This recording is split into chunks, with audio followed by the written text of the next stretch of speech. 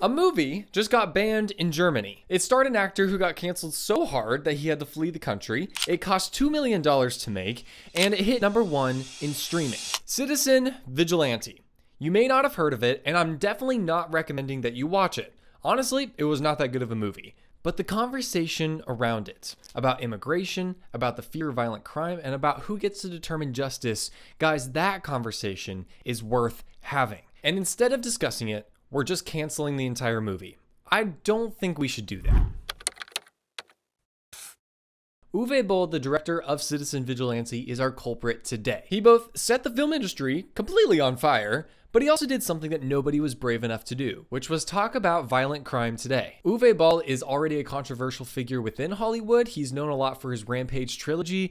He kind of just takes risks, and most of the time they fail. However, the discussion around his movie, Citizen Vigilante, is totally worth discussing, and something that I wish people would stop canceling, and instead would consider why he made it. Because sure, it would be easier just to cancel the movie. A lot of people are doing it, but not on this channel. On this channel, we go deeper than just the headlines. We go deeper than just the original message. There's always something underneath.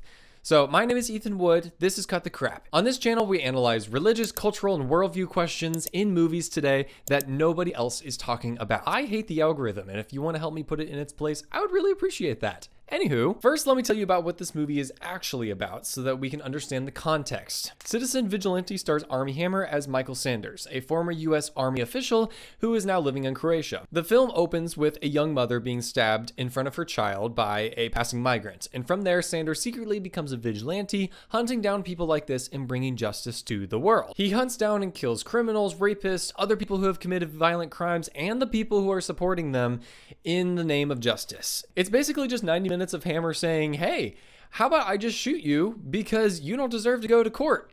That is insane. This movie cost about $2 million to make, and they shot it all in Croatia. Again, this director and this actor, Armie Hammer, they're very controversial. This was kind of a last resort movie for a lot of them, so the budget wasn't going to be super big. And you know what? The critics are actually quite right about this movie, like I've been saying. This movie definitely praises violence to a degree that I don't like, because one side is either we're scared and it's all the migrants' fault, which is totally not right, or we just need to bring more guns to our society and that will solve all of our problems. That is not right either. I just feel like this movie didn't gracefully go about the topic, but I love the discussion underneath. Now that you have the context, let's get into that. First, what is the discussion that's actually taking place? If you live in America, if you live in England, certain other parts of the world as well, you have this feeling, most likely, that crime is getting worse. That not just crime is getting more and more common, but also that it's getting more violent. Now, whether this is actually true or not kind of depends on where you live. Polls are definitely kind of split across the United States. You have become less and less trusting in your institutions, in the people trying to protect you. And you definitely don't trust your neighbor like you used to. I would say in my own life, I definitely don't trust the people around me when I'm out and about in public. And that trust has just been going down and down throughout my life. And again, I'm not saying that the movie was right. I'm not saying that we need to have vigilantes. I don't think that that's right. But there is a major discussion going on here about violent crime and whose fault that is and who should deal with it. Hollywood would never lay a finger on something so violent and disgusting as this. However, the problem is that it's doing it in the worst way possible. Like, for example, you cannot just focus on immigrants as the drivers of violent crime. I don't even think that that's a statistic that is verified. There's also the people empowering them. There's also children who commit violent crimes. It's a widespread issue. It's not just in one demographic. And Boll was making a very interesting point throughout this movie, because he identified the problem, at least in his own mind, and that was the institutions. The institutions in place in society are broken, and that is why violent crime has been increasing day after day. That's why he said there needs to be a vigilante. That is the worldview that this movie presents, but is that actually correct? So second, I think Boll definitely was in a lose-lose situation with this movie just because of the topic he was trying to address. I think the main thing is that we've kind of put everyone into boxes, that we've identified the surface level problem, but we haven't gone any deeper than that. We've put everyone into categories and boxes because it's easier to think about life that way. But when it comes to things like violent crime, you cannot simplify people. Migrants are going to commit crimes. White people are going to commit crimes. Black people are going to commit crimes. Everyone is capable of committing crimes. Because here's the problem. When you polarize both sides, if it's just a bunch of sides fighting each other, saying that, oh, it's the other person's fault, oh, it's the institution's fault, oh, it's this people group's fault, we are becoming blinded to the actual truth. Nobody is thinking about the people that are affected by that. For example, if we blame migrants for being all the actors of violent crime, what about the large majority of them that don't commit violent crimes, that are just here, that have families and children? We're not thinking about the individuals. We're thinking about how can we just simplify the world. The world is not simple. The truth is not simple. This movie is, and I think that's why it didn't succeed.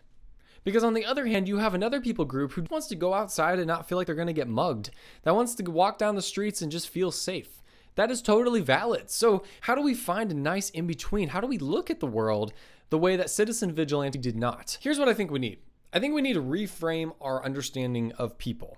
Now, at least if you're an American watching this, you will notice that society itself has tried to redefine what humans are. I think a lot of people today, if you talk to them, would assume that people are inherently good, that we are always trying to do what is best. It is society that breaks us and drives us to do violent crime. I push back on that entirely because I think it's something that Citizen Vigilante does, and that is why the movie itself just doesn't seem quite right. If you think that your group is good, then you're just gonna think that other people groups are bad. And the moment that you believe that the world is that simple is the moment that we've lost the battle. That actually doesn't fix the broken institutions. It doesn't fix the people who have committed violent crimes, and it definitely does not fix the safety and fear issue that we are living in our society. So is a vigilante really the best way to do it? No. And that's why people were kind of taken aback by the whole Citizen Vigilante premise, because it's like, oh my gosh, you cannot just commit violent crimes like that. Like, that's not justice. That's just taking justice into your own hands, and then you determine what justice is. The whole thing was just one big mess. Because you can't just fix violent crime in a 2-hour movie. It's a lot deeper than that. It's a lot more complicated.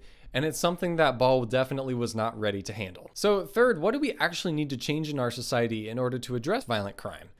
Now, I'm not going to solve that on this channel, not in a 10-minute episode for sure, but I think that his movie opened up a discussion that is worth having. So if we think that Boll's idea of how to fix violent crime in our society isn't right, then what is? Well, I think it has to do with the people. Institutions, yes, I do believe that they are broken, but that's not the root cause. That is in fact an after effect of the actual root cause. The root cause is people. People are the broken ones. There is a very postmodern idea that all people are good and that it is outside forces that make people bad. I come from the worldview, from a Christian worldview, that says that all people are bad.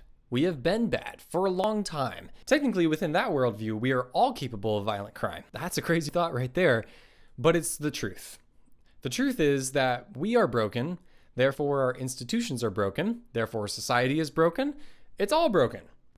And you can either say that that's a pessimistic view or that's just a realistic view. And I would definitely say it's more just realistic. See, and the thing is, we can identify that brokenness. I can see that the homeless person on the side of the street, that's not normal. I see that the person, the drug addict on the corner, that is not good. And there's a sense of justice that I have in my mind. Again, we all see that violent crime is bad. But why do we see it as bad? Who gives us that sense of justice? There has to be some standard that we have. Now, from a postmodern view, they would say that truth is relative, that everyone can determine their own truth. If you come at life like that, then what is justice? Most traditional religions identify a good and an evil. Christianity definitely defines those two very well. And I think it's that we need to identify that people themselves are evil. That is why our institutions are broken. That's why we see violent crime. And the solution is not to fix the institutions yet, it is to fix the people behind them. Now, to fix them, that's a whole different discussion for a different day. What I am saying, though, is that this was a bad movie about a very real and relevant topic that Hollywood would never touch in a million years. So the answer is not to ban this movie harder. I think it's actually to say, yep, the movie was awful, but the discussion behind it is worth having. And I hope that in the few months that follow that people will continue to discuss this movie, not in a negative light, but in a thoughtful light, like we are here today. I hope that this episode got your gears turning a little bit like it did mine. And I would love to hear your thoughts down below, because if you don't agree with my worldview, I would love to hear how you address violent crime in our society today. So again, subscribe to this channel if you like this content, and if you want to keep watching more, I have more videos I try to release every week. My name is Ethan Wood. This is Cut the Crap. I will see you guys next time.